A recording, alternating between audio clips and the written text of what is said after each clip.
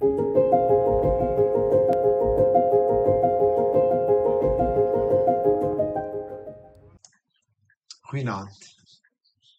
Wie is nou skuldig en wie is nou onskuldig? Dit is 'n vraag.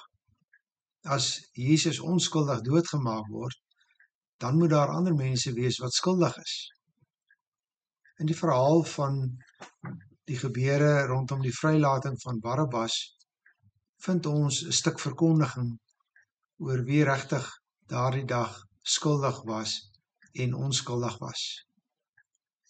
As deel van die verhore van Judas en die dilemma waarin Pontius Pilatus hom bevind, maak ons kennis met 'n man met die naam Barabbas. Hy word in die verhaal ingebring sonder dat hy daarvoor gevra het. Matteus 27 vers 15 tot 18.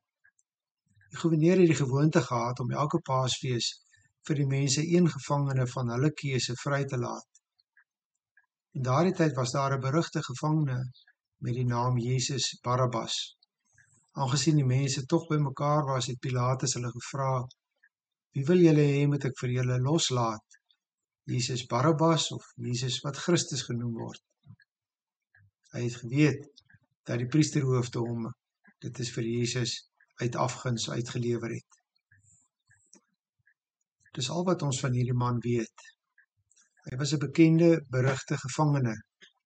Markus voeg by dat hy saam met ander opstandelinge in die tronk was omdat hulle in een van die opstande 'n moord gepleeg het. Johannes noem hom 'n rower. Hier is nou 'n skuldige.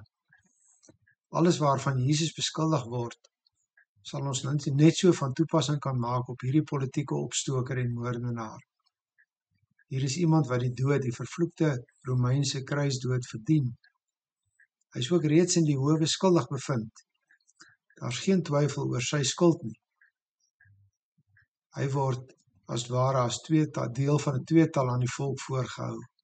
Kies julle wie vrygelaat moet word, Jesus Barabbas of Jesus Christus, die onskuldige of die skuldige, en die volk kies, laat die skuldige vry en laat die onskuldige doodgemaak word. Dis skriwend. Dit maak hulle skuldig, soos wat Barabbas skuldig was, soos wat die Joodse leiers skuldig was, soos wat Pilatus skuldig was, soos wat Judas en Petrus en die disippels skuldig was, soos wat ons skuldig is. Die nagmaalsformulier betrek ons in die hofsaake van Jesus met die woorde: hy is onskuldig ter dood veroordeel, sodat ons voor die gerig van God vrygespreek kan word. Ons verdien die doodstraf. Ons behoort soos Barabbas en die ander twee rowers aan die kruis te hang. Die straf op die sonde is immers die vervloekte dood. Ons wat nie kan regspreek nie, ons wat vals beskuldig, ons wat verraai, ons wat ons laat meesleer deur massas, ons met ons vooropgestelde agendas, ons wat bang is om die regte ding te doen, ons wat ons verantwoordelikhede op ander afskuif, ons wat sonde doen, is skuldig. Hoor die evangelie vandag. As 'n koerantopskrif sou dit wat daardie dag gebeur het, goed soos volg saamgevat kon word. Opspraakwekkende hofsaak. Die onskuldige skuldige word gekruisig in die plek van die skuldige onskuldiges. Deur die geloof in hom wat onskuldig gekruisig is, ontvang ek vryspraak, soos Barabbas.